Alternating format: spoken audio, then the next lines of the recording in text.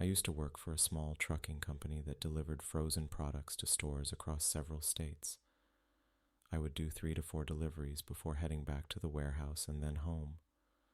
Once in a while, though, we would deliver too far to head back home the same day. We had to sleep somewhere at night before heading back. I usually park the trailer somewhere safe and rest for a few hours before getting back on the road on such days.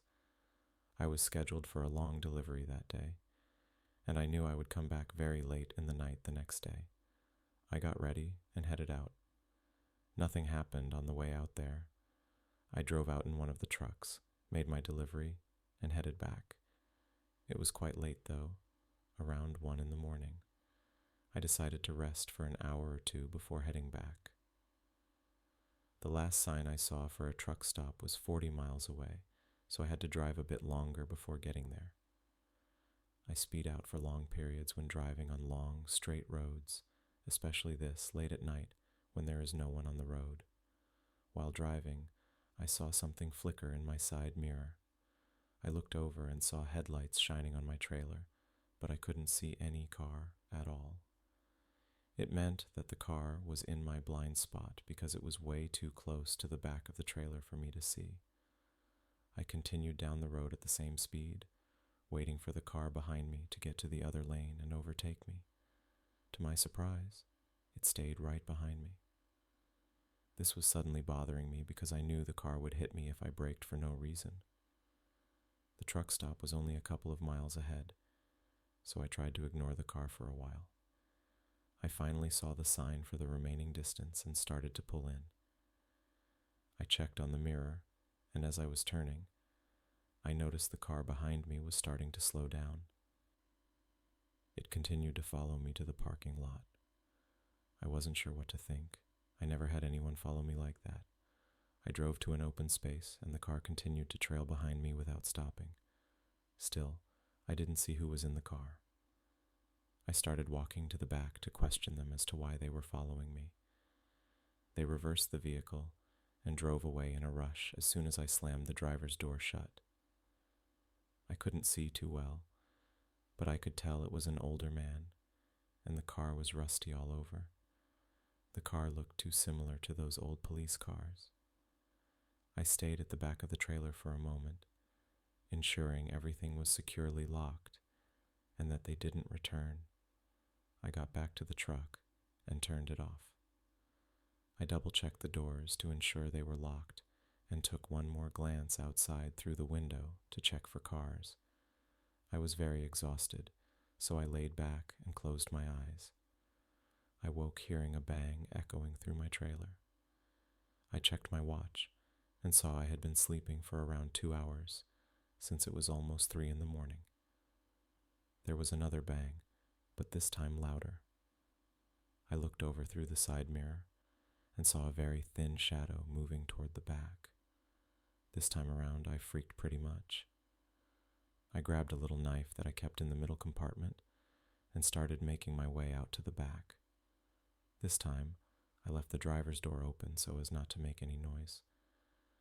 As I got closer, I went down a little to look under the trailer. I could see someone standing beside the back of the trailer. There was a car behind them with the headlights off. A rush of fear went through my body, and I decided not to approach them, but instead shout at them. My voice was shaky, but it did the trick. They rushed into their car and sped off. I checked the back door, and there were scratches all over it. It seemed like they were trying to cut the lock. I tried to look around to see whether any other truck driver could have seen the incident, but there was none. I got back on the road after a couple of minutes and headed home. Nothing else happened for the rest of the entire trip. I just assumed the man was trying to steal from my trailer, but he didn't know I was on my way back from a delivery, and the trailer was empty. Anyway, this was the most unnerving thing to happen to me during my years of trucking. I sometimes get paranoid when driving, fearing any car following me without me noticing.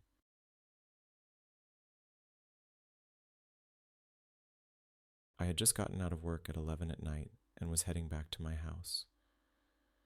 It usually takes me 45 minutes to get home as I live far from the city. It's always very quiet and pretty empty when I start getting farther away and closer to home. I always enjoy the drive back home from work. I find it peaceful and a nice way to unwind after a long day. I was 20 minutes away from home and just turned down a long side road that led directly to my house. This is the usual road to my home, and I have been taking it for several years now. I have never heard anything happen before. It was a bit creepy road at night. The road was dimly lit and surrounded by a dense forest. Not to mention, it got foggy during the late hours of the night, making things visible only a few feet ahead. Barely anyone is on this road at night. There are no turns or anything, so visibility isn't much of an issue. A couple of minutes down the road, I see through the fog a small blinking light. I couldn't tell how far it was or which side of the road it was on. I slowed down, and the light turned off completely as I drove closer. I was probably going 15 to 20 miles per hour when a small car pulled out of the road and stopped directly in front of me. I tried to brake, but I was too close already, and my car tapped the back bumper of the other car. I was shocked at how suddenly all this happened. Unsure of what to do, I stepped out of the car and waited for the occupants to get out as well. I could see them moving around in the front seat, but I wasn't sure what they were doing. As I stood there, I noticed how old and worn out this car was, and the headlights were turned off. A man eventually got out of the car slowly and began making his way over to me. He looked like a middle-aged man, and he was a pretty large guy. I decided to start the conversation and asked him whether everything was okay. He was acting rather strange, looking around without making eye contact with me. He replied that he was okay and apologized after a couple of minutes. I didn't know how to react, but I was starting to feel uncomfortable. I didn't want to be on an empty road along with him. I told him there wasn't serious damage to his car, so I decided to get back in my car and move on. He told me to wait when I started reaching for my car door. He said he wanted to check his car out before I left. I agreed and stood beside my car as he checked his car's back bumper. He started walking around his car, pretending to look out for damage. It was quite weird because I had only tapped the back bumper. As he started to make his way to the passenger side, I saw a large figure get out from the back seat and start to walk toward me. I immediately got back into my car and locked it. Both of them started waving their hands at me, telling me to stop. I panicked at this point, so I put the car on drive mode and went down the road. From the rear mirror, I could see their lights turned on through the fog. I could see the lights for about 30 seconds, before they eventually faded out. I pulled over to a gas station about 5 minutes from my house and waited to ensure they weren't following me on my way home. No car passed by, and I headed home after 15 minutes. I didn't call the cops, since I wasn't sure if I was overreacting. I'm still unsure what those people wanted, but they were up to something dangerous. I keep wondering what could have happened to me if I didn't drive away from them on time. I was attending a popular concert at the southern side of Chicago last year. As most of you probably know, it's a pretty sketchy area down there. The crime rate is high, but it was pretty cheap, and the concert was well attended, so I felt safe. Plus, I decided to go with a couple of my friends. The concert was great, and we enjoyed ourselves, but we knew the drive out would be very bad with all the traffic.